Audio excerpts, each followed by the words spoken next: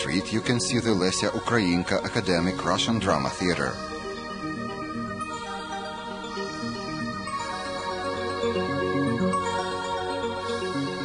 It's where brilliant performances were staged by the troops of Marko Kropivnitsky, the founder of the professional Ukrainian theater, Mikhailo Staritsky and Les Kurbas.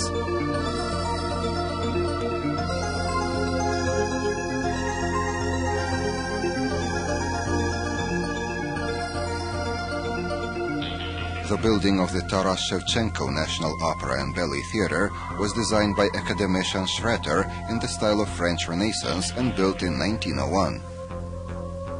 This theatre became famous the world over thanks to such opera and ballet stars as Zoya Gaidai, Boris Khmyria, Maria Litvinenko-Volgemut, Ivan Potorzhinsky, Valentina Kalinovska, Olena Potapova.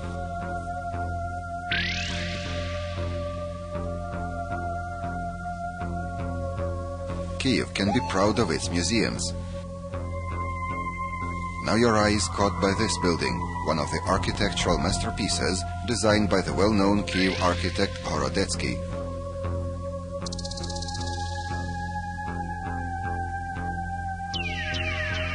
It houses the National Museum of Ukrainian Fine Arts.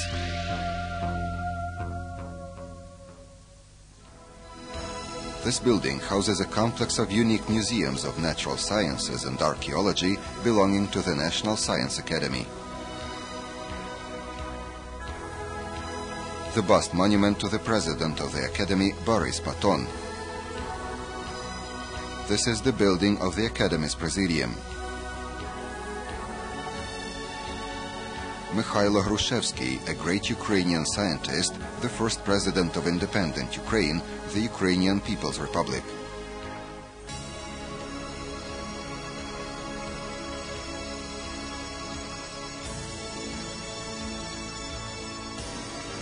The Kiev National University. The complex of its buildings is a remarkable example of the mid-19th century Russian classical school of architecture.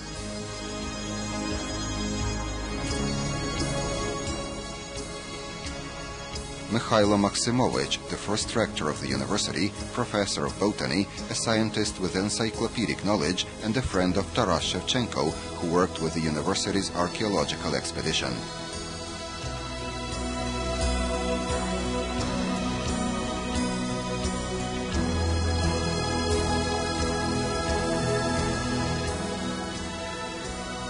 The memorial signed to the teachers and students who were killed in action during the Second World War.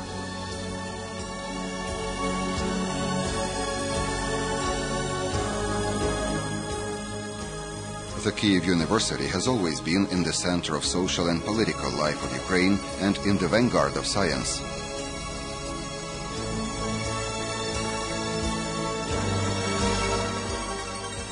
They stand together, the university and the Ukrainian genius Taras Shevchenko, as if reminding the younger generation about its mission.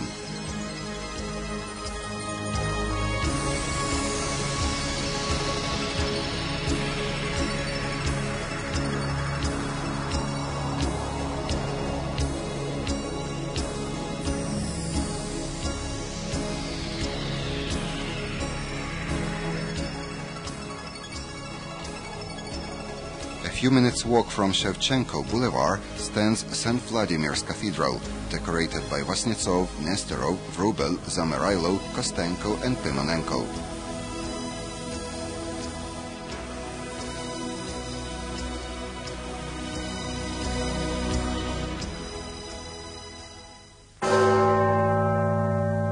I wish to be a slaver in its gate, dust under feet, wrote the Bishop of Suzdal Simon in the 13th century. He wrote this about the Kiev Pechere Lora, the most sacred shrine of the Russian Orthodox Church, founded by Reverend Antonius and Theodosius in 1051, almost 1,000 years ago.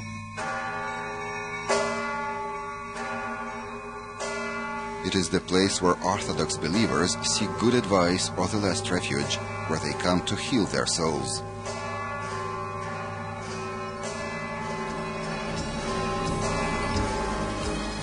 The Laura has two necropolises, one underground with burial places for reliquae, and the other on the surface with hundreds of tombstones. They make the Laura a kind of historical almanac of Rus.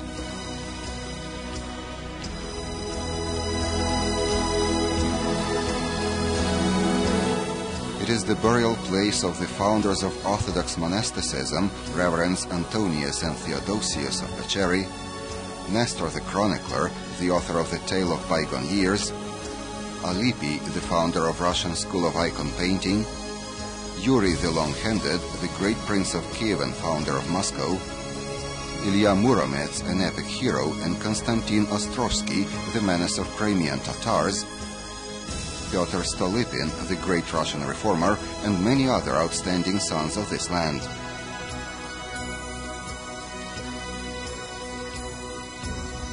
A young man named Prokhor took his monastic vows and got his blessing here.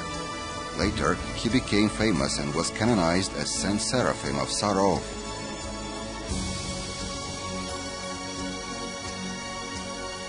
The Laura is also a unique complex of architectural masterpieces, a thesaurus of arts, and one of the brightest and largest sources of spiritual unity of Eastern Slavs, their culture and education.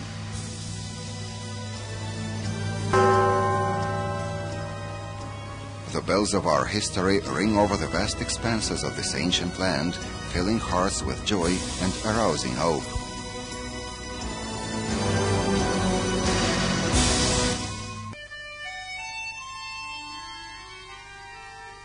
The Statue of Motherland, an allegorical symbol of the great victory.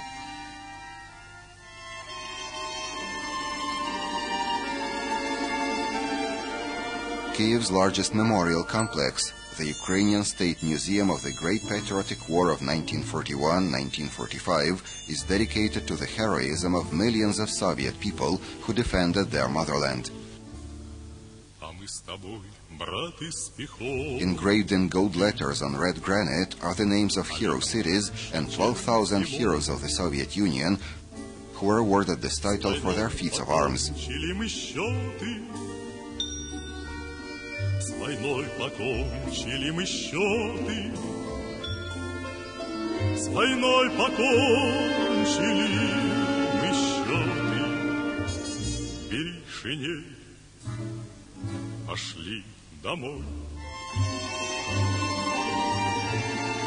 The Statue of Motherland rises above Kiev to the height of 102 meters.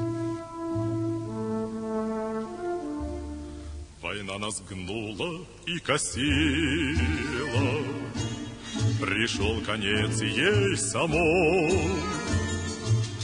4 года мать без сына.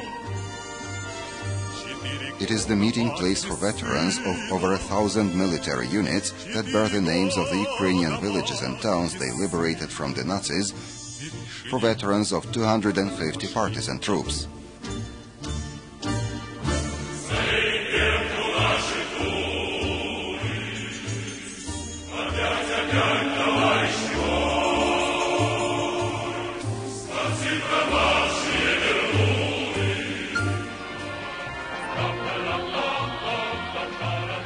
The exhibits of the memorial complex include more than 8,000 samples of weaponry, documents, personal belongings, and other relics of the Great Patriotic War.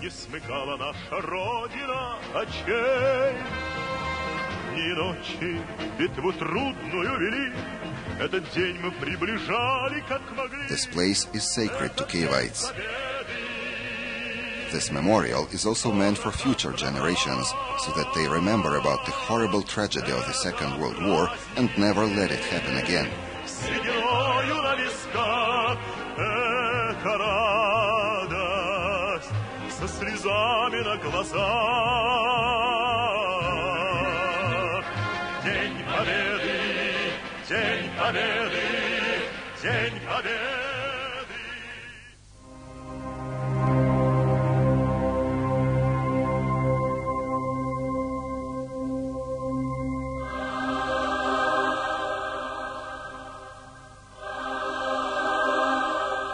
Babi Yar. These words ring like toxins around the world.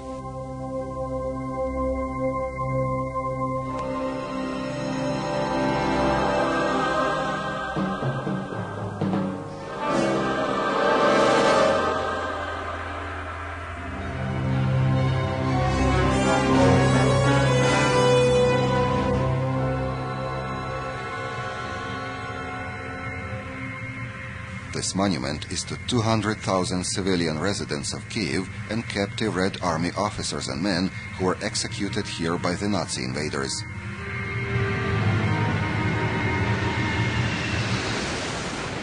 "44 years later, in 1986, another tragedy befell Kiev. It was Chernobyl.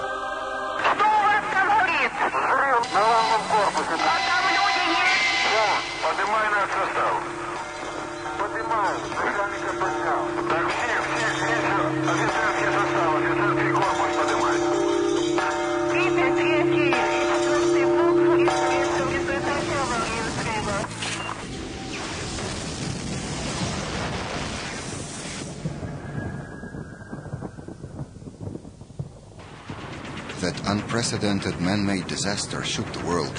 It claimed thousands of lives and still takes the terrible toll.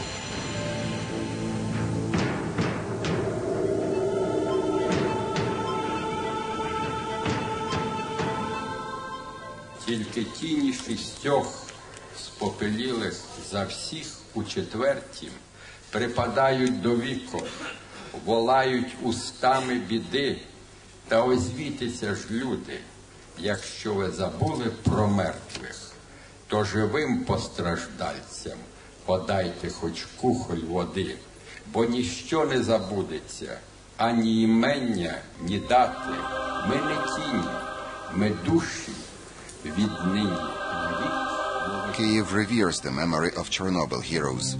A church was built in their honor, as well as numerous memorials. They live in songs and books.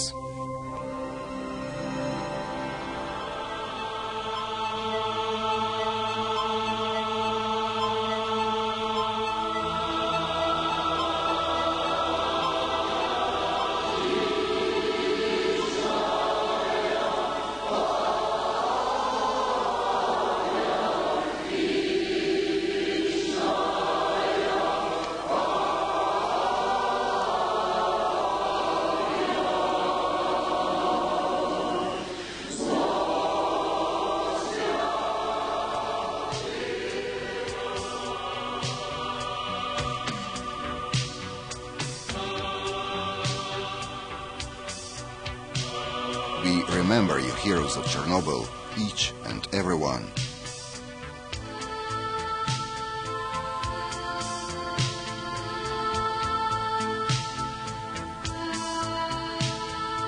The toxins of Chernobyl resound over Ukraine and the whole planet.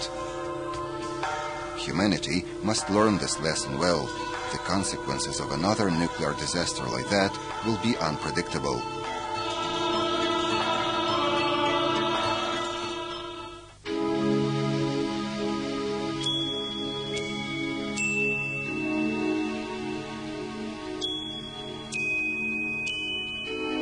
Kiev looks beautiful in every season, but its image is mostly associated with spring, with plenty of blossom and young green.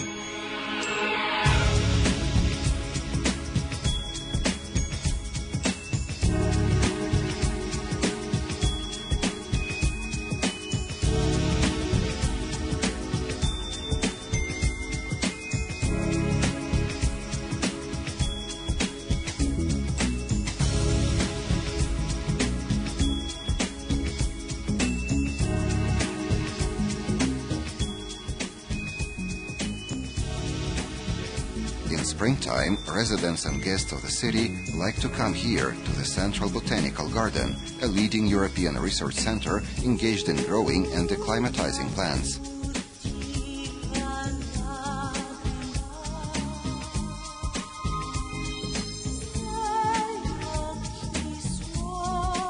The Botanical Garden was founded under the National Science Academy in 1936 on 180 hectares. Its collection of plants counts about 13,000 species from moderate, subtropical and tropical zones of all continents.